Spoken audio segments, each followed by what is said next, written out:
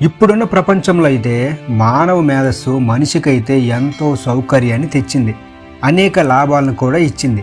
మనిషి సాధించలేనిది ఏదీ లేదని నిరూపిస్తూనే ఉన్నాడు. అయితే సాధించలేకపోతున్నానని నిరూపించేది అది ఒక్క మనసును మాత్రమే. ఆ మనసును సాధించగలిగితే మీరు ఉండాల్సిన స్థితి కన్నా మెరుగ్గా మీ స్థితి మారిపోతుంది. స్థితిగతులు అనేవి కాలవశము కాదు, అది ఎవరి తలంపులు బట్టి వారికి వచ్చే ఫలితాలు. జననం మరణం మన చేతుల్లో లేవు, కానీ మిగతా స్థితిగతులు అనేవి మానవ చేతుల్లో ఉన్నాయి. మానవ చేతుల్లో ఉన్నాయని ఆధ్యాత్మికవాదులు, గొప్ప గొప్ప వాళ్ళు, సైకాలజిస్టులు కూడా చెప్పుకొచ్చారు.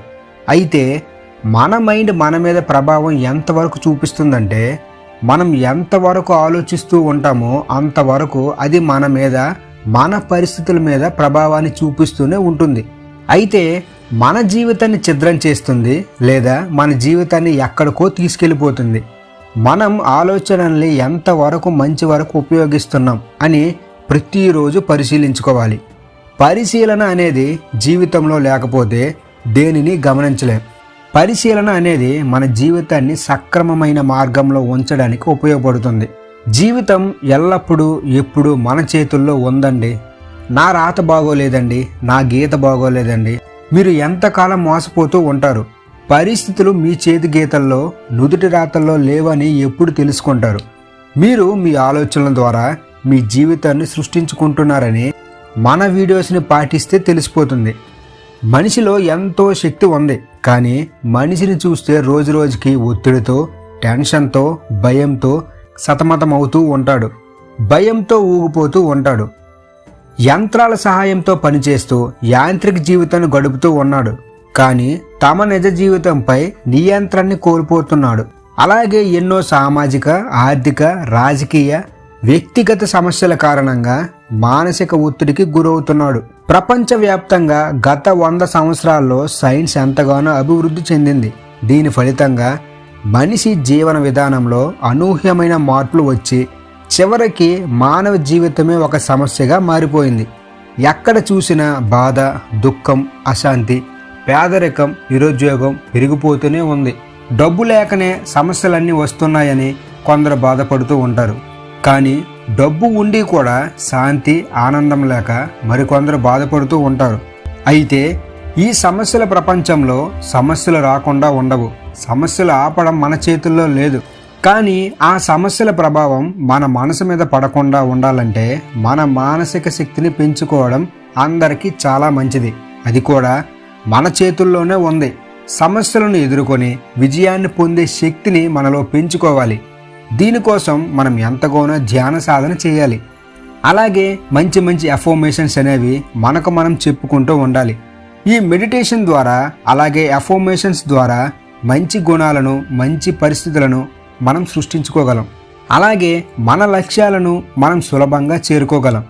మన నిత్య జీవితంలో మనకు కావలసిన మంచి గుణాలను, అంటే శాంతి, సుఖం, ప్రేమ, ఆనందాన్ని సహజంగా పొందుకోగలం. అలాగే మెడిటేషన్ అనేది ఏకాగ్రత శక్తిని, మానసిక శక్తిని పెంచుతుంది. అంతేకాకుండా పిల్లల్లో కూడా సమయస్ఫూర్తిని పెంచుతుంది. మెడిటేషన్ వల్ల అనారోగ్య సమస్యలు కూడా పూర్తిగా నయమవుతాయి. అలాగే మెడిటేషన్ తరువాత మీరు చేయబోయే లక్ష్యాలను మీ ఊహా చిత్రంలో ఊహించుకోండి. అలాగే మిమ్మల్ని ఉత్తేజపరిచే పుస్తకాలను చదవండి. సానుకూల మనస్సు అనేది ప్రతికూలమైన మనసు కంటే గొప్పది. సానుకూలమైన ఆలోచన కలిగి ఉండటం అంటే మనం చేసే ఆలోచనలు, చర్యలు అన్నీ మన జీవితంలో దృఢంగా నిలబడటానికి ఉపయోగపడతాయి. అవి మనకు సహాయకారిగా నిలుస్తాయి తప్ప అవి మనకు ప్రతిబంధకంగా మారవు. ఏ సందర్భంలో అయినా మనకు ఉత్తమమైన ఫలితాలనే అందిస్తాయి. నేను చేయలేను అన్న ప్రతికూలమైన ఆలోచన మిమ్మల్ని ముందడుగు వేయకుండా నిరోధిస్తుంది.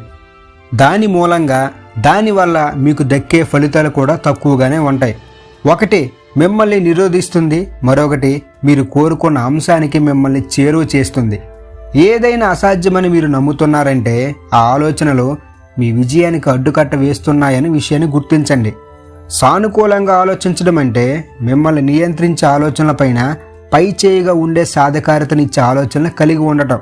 మీరు చేసే ప్రతి ఆలోచన మిమ్మల్ని జీవితంలో ముందుకైనా నెడుతుంది, లేదా వెనక్కైనా లాగుతుంది. అయితే ఇప్పుడు చెప్తున్న శక్తివంతమైన మాటలు ప్రతిరోజు మీరు చెప్పుకున్నా సరే లేదా పడుకునే ముందు విన్నా సరే మీ జీవితంలో మార్పులు జరుగుతాయి. మీ జీవన గమ్యం కోసం వినండి. నేను అద్భుతమైన శక్తి సామర్థ్యాలను కలిగి ఉన్నవాడను. నేను అపారమైన శక్తి ఉన్నవాడను. నేను చేసే ప్రతి పనిలో అద్భుతమైన విజయాన్ని సాధిస్తున్నాను. ఈజీ అనేది నా కేర్ ఆఫ్ అడ్రస్.